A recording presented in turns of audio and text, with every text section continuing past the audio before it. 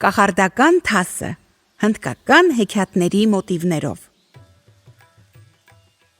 Ապերախտ վաշխառուն։ Այնպես պատահեց, որ մի վաշխառու աղքատացավ։ Սովից չմեռնելու համար նա պետք է մի գործ աներ, բայց բոլորը գիտեն, որ վաշխառուները գործ անել չեն սիրում։ Այդ վաշխառուն նույնպես չէր ուզում աշխատել։ Նա քաղցած մնաց 1 օր, 2 օր, 3 օր, 4-րդ օրն ինքն իրեն ասաց. ավելի լավ է մեռնեմ, քան աշխատեմ։ Եվ գնաց, որ իրեն գետը գցի։ Վաշխառուն շորերը հանեց, իրեն գցեց գետը, բայց հենց որ ջուրը գլուխը ծածկեց, նա սարսափեց մահից, լողաց ու մի կերպ դուրս եկավ ափ։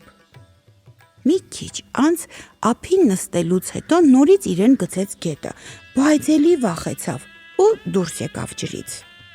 Եվ այսպես նա ինքն իրեն խաբեց մի քանի անգամ, ընկնում էր ջուրը, դուրս գալիս, ընկնում էր, դուրս գալիս։ Իսկ այդտեղից ոչ հեռու եղեգների մեջ վայրի սագերի բույն կար։ 2 սագեր տեսան այն բոլորը, ինչ որ անում էր վաշխառուն։ Այդ ինչ տարօրինակ մարդ է, զարմացավ ծեր սագը։ Հենց հիմա ես կլողամ նրա մոտ ու կիմանամ, թե ինչ է պատահել նրան։ Պետք չէ, վախեցավ էգ սագը։ Հանկարծ կարող է չար մարդ լինել նա։ Բայց սագը քաջ էր, չլսեց նրան։ Նա լողաց վաշխառուի մոտ ու հարցրեց. ասա ինձ, այ մարդ, ինչու ես րոպեն մեկ քեզ գցում ջուրը եւ իսկույն էլ դուրս գալիս ափ, ինչի համար ես այդպես անում։ Վաշխառուն ասաց. ես ուզում եմ խեղդվել, որովհետև ոչինչ չունեմ ուտելու։ Դե որ այդքան նեղն ես, ես քեզ կօգնեմ, ասաց սագը եւ սուզվեց ջրի տակ։ Երբ սագը ջրի տակից դուրս եկավ, նրա կծին շողշողում էր մի մեծ սուտակ։ Սագը բաց արեց կտուցը եւ սուտակն ընկավ վաշխառուի ոտքերի մոտ։ Վերցրու այդ անկին քարը եւ ապրիր երջանիկ, ասաց թռչունն ու լողաց դեպի իր բույնը։ Ուրախությունից իրեն կորցրած վաշխառուն վազ տվեց դեպի քաղաք։ Այստեղ նա սուտակը ծախեց մի քանի հազար ռուփիով եւ միանգամից հարուստ մարդ դարձավ։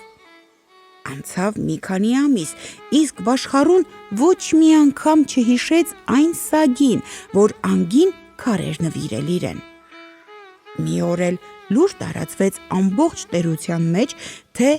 Մահարաջայի աղջիկը ծանր հիվանդացել է։ Շատ հեքիմներ եկան հիվանդի մոտ, բայց ոչ մեկը չկարողացավ նրան դեղ ու ճար անել, եւ երբ արդեն Մահարաջայի աղջիկը մեռնում էր, Տիբետից եկավ մի անվանի բժիշկ ու ասաց. Մահարաջայի աղջիկը կբուժվի, եթե վայրի սագի սիրտ ուտի, բայց այդ սագը անպայման պետք է որսալ առանց զենքի, եթե ոչ, նրա սիրտը կկորցնի իր բուժիչ հատկությունը։ Ուրախացած Մահարաջան հայտարարեց. ով ամենից շուտ բերի ձեռքով բռնած վայրի սագը, ինձնից նվեր կստանա մի պալատ ու 1000 ստրուկ։ Իմանալով այդ մասին, ապերախտ վաշխառուն վազ տվեց դեպի ափը, որտեղ հանդիպել էր վայրի սագին։ Տեղ հասնելով նա նստեց գետափին ու սկսեց բարձր ձայնով կանչել. Հեյ, իմ ազնիվ փրկիչ, որտեղ ես դու։ Միթե էլ չես գա ինձ փրկելու, դժբախտության մեջ եմ ընկել, ահ, փորձանքի մեջ եմ ընկել։ Երբ սագը լսեց վաշխառուի լաց ու կոծը, լողալով մոտեցավ նրան։ Ինչ է պատահել էլի, հարցրեց նա, ինչով կարող եմ քեզ օգնել։ Ահ, հառաչեց նենգ վաշխառուն, եթե դու իմանայիր, թե որքան դժբախտ եմ ես, դուրս արի ափ, ամեն ինչ կպատմեմ քեզ։ Սագը մոտեցավ ափին, թափահարեց թևերը եւ դուրս եկավ ցամաք։ Վաշխառուն իսկույն բռնեց նրան, դրեց թևի տակ ու շտապեց քաղաք։ Ահ, ինչ ես անում, հառաչեց սագը։ Բաց թող ինձ, ես քեզ համար մի սուտակ էլ կբերեմ։ Աշխարհուն հեգնանքով ծիծաղեց ու ասաց. Ինչի՞ս է պետք քո սուտակը, երբ Մահարաջայի աղջիկը քո սիրտն ուտի, ես կստանամ մի պալատ ու 1000 ստրուկ։ Լաց եղավ սագը, ու նրա արցունքները թափվելով գետնին դարձան խոշոր մարգարիտներ։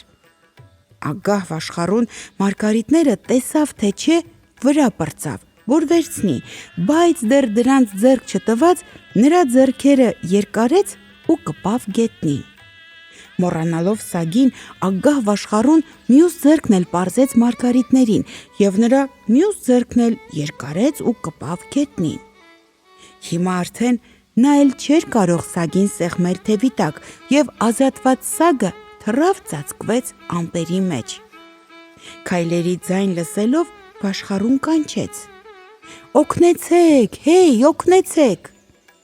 Մարդիկ վազեցին եկան և աշխատեցին Վաշխառուի ձեռքերը գետնից պոկել, բայց ինչքան շատ քաշքշեցին, այնքան Վաշխառուի ձեռքերը խոր թաղվեցին գետնի մեջ։